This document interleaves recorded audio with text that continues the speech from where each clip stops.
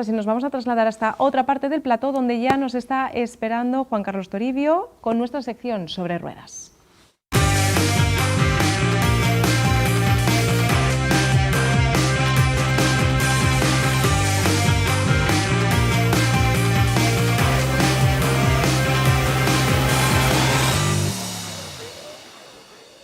Ya estamos de vuelta y ahora en nuestro espacio sobre ruedas tenemos la suerte de poder contar con Juan Carlos Toribio. Muy buenas tardes, ¿qué tal? Vicepresidente de la IMU. Y con noticias frescas, no tan positivas precisamente, pero es necesario hablar de ello.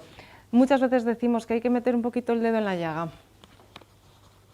Sí, bueno, al final estamos ante una situación similar a la que se ha reproducido en muchas ocasiones. Se avanzan informaciones que no tienen una base de investigación seria, sino que parten de las hipótesis sin ser investigadas, y se le adjudica a los conductores la responsabilidad absoluta, criminalizándolos antes de que se haya celebrado un juicio o se haya valorado en condiciones la situación y las incidencias vinculadas al accidente de tráfico.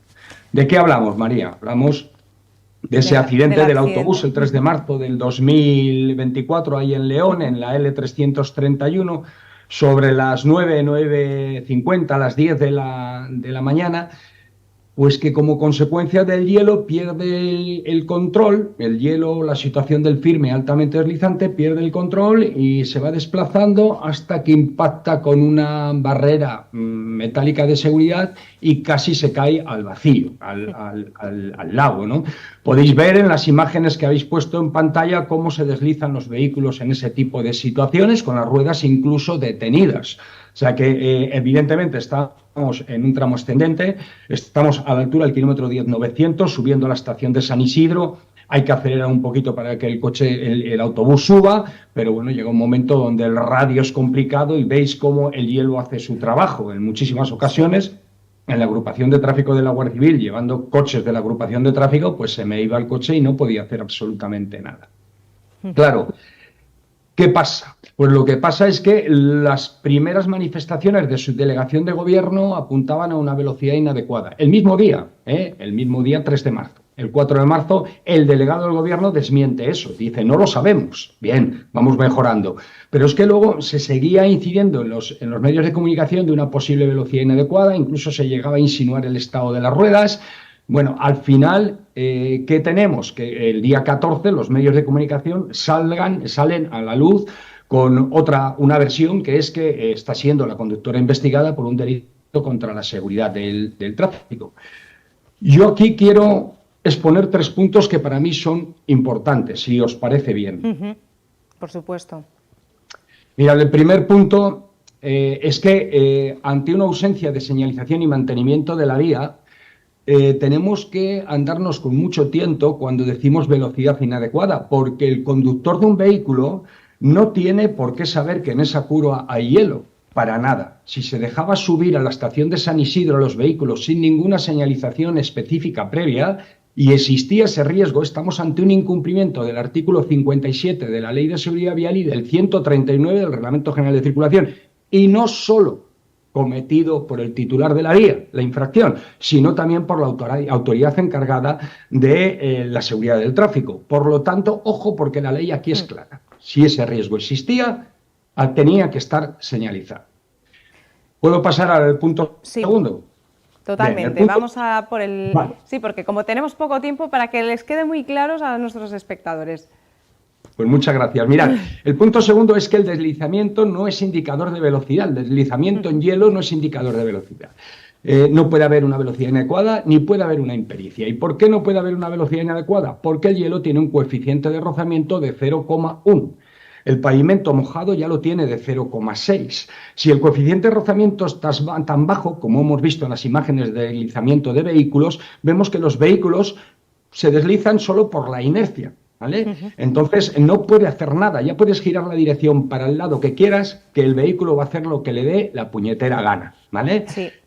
Y luego tenemos otro aspecto. El Reglamento General de Conductores no le enseña a los conductores a ese control ante esas incidencias. Por Efectivamente. Ejemplo, claro, por ejemplo, tenemos gravilla, tenemos gasoil, tenemos otros elementos. Hoy he estado en un juicio haciendo una pericial por la presencia de gravilla en la SO 381, creo recordar, y caída de un motorista. Y se me preguntaba, bueno, es que ¿no podía el motorista predecir que había gravilla? Oiga, pues no, si todas las curvas están limpias y llega una y está sucia, pues al final el motorista se encuentra de golpe con eso, ¿no? ¿Qué le pasa a la conductora del autobús? Que en el resto no había hielo, y ahí resulta que lo hay y se le va el autobús. Entonces, ¿hay impericia? Tampoco hay impericia, ni velocidad inadecuada ni impericia. Y luego, por último, lo de la velocidad adecuada o inadecuada o el impacto contra barrera. La barrera es totalmente ilegal. De hecho, acabamos de denunciarla hoy ante el Ministerio del Interior para que todo el tramo de la carretera se ponga en condiciones, porque es ilegal. No se puede poner ese sistema de contención. Fijaros, ese sistema de contención, si estuviera bien, que no estaba bien, que estaba instalado de forma totalmente ilegal, si estuviera bien sería un nivel 1. Estamos hablando de un TB11 y me dirá la gente, ¿de qué estás hablando? Estoy hablando de que se puede soportar el impacto de 800.000 kilos. Ese es el impacto que puede soportar ese sistema. No está pensado para soportar el impacto de 18.000 kilos o 16.000 kilos de un autobús. Y sin embargo vemos que el sistema se ha descolgado. Tenéis imágenes donde estamos viendo cómo está. Esas imágenes son de otro sistema que hay justo al lado, porque están todos hechos un desastre, ¿vale? Entonces, lo que hay que hacer es restituir inmediatamente esa seguridad pasiva. Tenemos un solapamiento invertido, pero ¿cómo no se va a romper el sistema si está impactando por la parte que no está preparado para impactar? Tenemos ese nivel de contención que no es el adecuado, tenemos un sistema híbrido que no está testado, tenemos una ausencia de tornillería, de piezas importantes, tenemos postes hincados en hormigón, con peanas, hincados en tierra. Oiga, es que hay que tener una uniformidad de hincado. En definitiva, solapamiento sin poste de sustentación. Está separadores, no separadores. El sistema, señores, es ilegal. Y el sistema, aunque a lo mejor haya podido descolgarse, apenas ha detenido el autobús. El autobús ahí iba casi parado. Por lo tanto, declaro públicamente que estamos ante un impacto de baja intensidad. Un golpecito como el que voy a hacer yo con las manos. Así. Fijaros. Eso es lo que ha pasado con el autobús cuando ha impactado el sistema. No ha habido una gran colisión, sino ha habido un gran choque, sino ha habido un golpe y se ha descolgado el sistema, porque el sistema es ilegal y está mal mantenido, como el resto de los sistemas que hemos estado verificando con el equipo de inspección. Efectivamente, Juan Carlos, es más, seguro que este dato lo desconoce la gran mayoría de las personas que nos están viendo. Sí, y a mí lo que me asusta es que al final nos quedamos con los mensajes que se están lanzando, incluso desde nuestras administraciones, criminalizando a esa conductora bastante miedo pasó, que llevaba una responsabilidad enorme, el vehículo pierde el control, que nadie le había advertido de esa situación de riesgo, y resulta que se puede haber caído, podía haber sucedido el hecho de que se precipitara al pantano. No fue así. Pues mucho mejor para todos, pero no hagamos sangre de eso y busquemos de verdad las causas y cómo solucionarlo. Yo tampoco estoy buscando que se criminalice también a la administración, sino que nuestras administraciones cumplan la ley, mantengan la vía en las mejores condiciones posibles de seguridad y dejen de echar balones fuera. Absolutamente.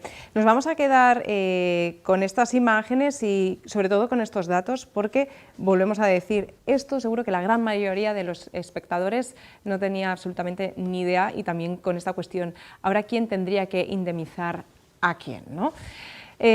Nos gustaría que los espectadores nos comentarais, en el próximo programa también hablaremos, si queréis, un poco más en profundidad de esto y otros aspectos, y como siempre, Juan Carlos, muchísimas gracias.